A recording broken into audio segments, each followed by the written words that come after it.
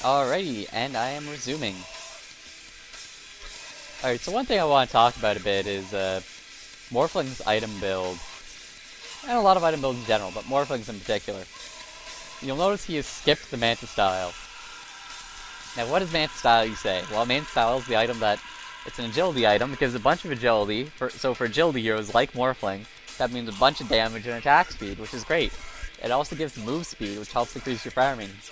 And the images are great too, because they make you tankier.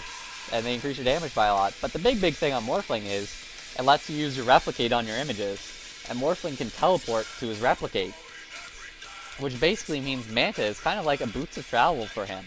And it's a really core item, and I'm surprised he skipped it. Alchemist, meanwhile, is going balls deep. He's going to get stunned by himself, and he dies. That's actually a big victory for the Sentinel there. They need fights like that more often. Nevermore was going to ult but cancelled. Morph was free-farming top. Rylai TP's out. I don't think Morphling blinks out. Picks up a regen, doesn't really need it. So yeah, and not only did he get Scotty before his main style, Morphling's also, by the looks of it, getting in Butterfly too. This is very unorthodox, and I don't know why he decided to do this. Perhaps because he was so farmed, he got so many, look at that stun. Puck blinked out, but the stun still went after him anyway. He's going to TP out. Anyways, maybe Morphling decided, since he was so fed, you know, he got all his hero kills, that he could afford to go for more expensive items. But even still, in my opinion, Man Styles is such a good item. And one other thing, actually, I should talk about team fight. So, we got the towers going down. Alchemist is running away, but look at his illusions. One of them is actually Morphling Replicate. But they take down the tower. Nevermore blinked in to kill Stormsphere, but he dies. The Stormsphere gets out a double kill. Rylai's ulting. Alchemist is kind of alone. I mean, he's diving to kill the Venge, but I don't think that's a good idea. Drow really should be using her Frost Arrows instead of her Lifesteal. At that point. She didn't need the Lifesteal, and the Frost Arrows might have netted her another kill. But oh well. So, the Scourge really lost too many heroes. They got a tower, a base tower, which is good, but the heroes they paid for wasn't fair in exchange. So I was talking about Morphling, and the other thing you'll notice about Morphling, I'll show his item build. He's a Scotty there, it's kind of small, and a Dominator. And you may not know this, but Scotty and Dominator stack. You may think Aura effects do not stack, but Dominator is not actually, or Scotty on ranged hero is not actually an Aura effect. It's a buff placer. And buff placers and Aura effects do stack. One of each. I think most people out there know that, especially people who'd be listening to Dota commentators, but some of you may not. Every now and then, in PUG games, you see someone laughing at you when you get Scotty and Dominator and calling you a noob. But that happens a lot. So, Sorcerer's finished off his Orchid, so that is a big DPS thing. Yeah, I thought that it was a done deal that Scourge would have Rosh with their map control advantage, with their advantage in so many respects. I thought it was just a certainty that they would get the next Rosh. I didn't even think that it could happen otherwise. And Rylai's surprised too. She comes in with a ward and she's like, oops. And Earthshaker gets a good stun off. 2 good stuns.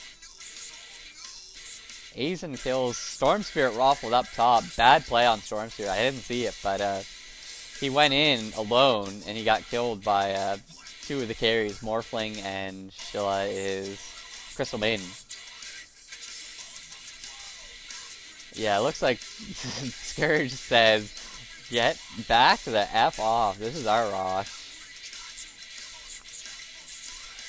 And a huge wave of farm up top that Crystal Maiden is coming to take with their ultimate. Okay. Meanwhile, everyone else is pushing.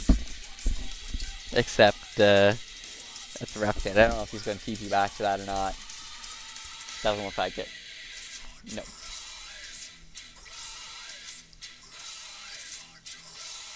Yeah, this game can't go on for much longer. I mean, it's all over. I'll check out the creep stats. This will probably be the last time except the end. the creep stats. So 170 on the Drow, 125 on the Storm, 82 on the Puck. So compare the Puck's 82 to the Alchemist's 168. They are laying against each other in dry lane. So Alchemist totally dominating. And not only does Alchemist have double the kills, but keep in mind Alchemist has the ability that gives him more gold per kill. So that has enabled him to get ridiculous items. He's got tons of stuff. The Storm Sphere is at 125, if you remember, a long time ago, in the days of yore, laying against the Morphling is at 184. So, the Morphling has got about 50% more, and the Morphling's the better endgame hero. If you look at hero kills, too, you would expect the Storm Sphere to have better hero kills deaths than the Morphling. And the Storm Sphere is 14, 4, and 11. The Morphling 16, 3, and 2. So while the Storm Sphere has a lot of assists, which helps his teammates, he really has to put the edge in on the ganking abilities that you would expect him to do. The Drow's 170 is up against the Nevermore's 194. So I guess the Drow is kind of better late game than the Nevermore. I don't know, it's hard to say. They're both pretty good heroes.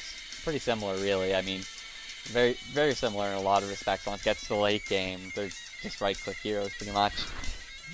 But Nevermore's actually spent a lot of gold on his Blink Dagger, whereas Drow stops for straight up DPS. But if you notice, Drow doesn't even have her Manta yet.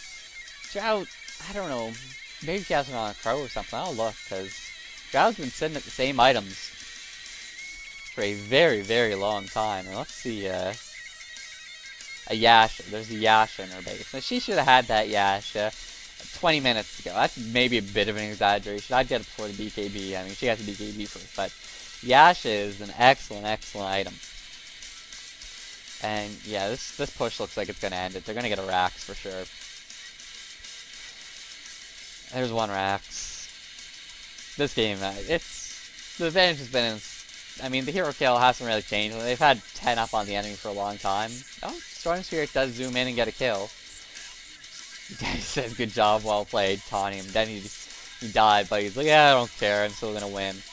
But still, I mean, he's trying to excuse his poor play, I think. That was still a bad death in any event for him. He was alone while his team was pushing bottom. He should have gone with his team. In any event, I don't think it'll matter. Stormsphere is trying to kill Morphling and succeeds. So they killed two of the big carries. And they might even get Alchemist too. So I think Scourge really, Dendi in particular, was alone and got picked off because of it.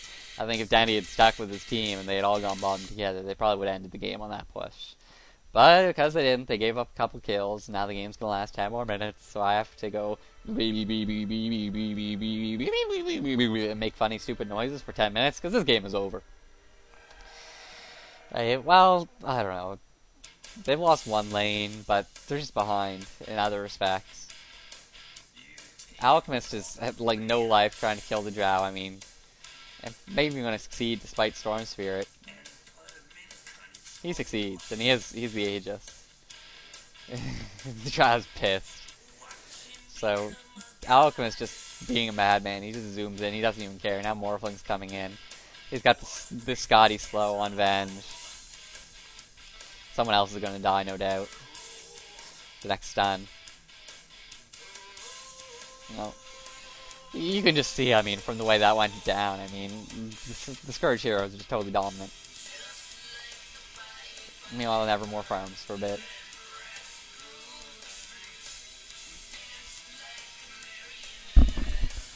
Yep. This is pretty much done. But even, well, let's go for a little longer.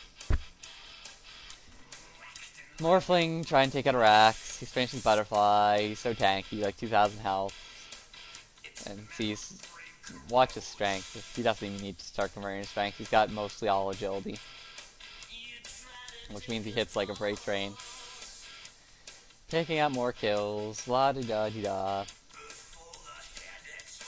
I find the endgame pretty uninteresting. Dota's interesting for a while, but at this point, it's GG. I don't know why they haven't just GG'd it already.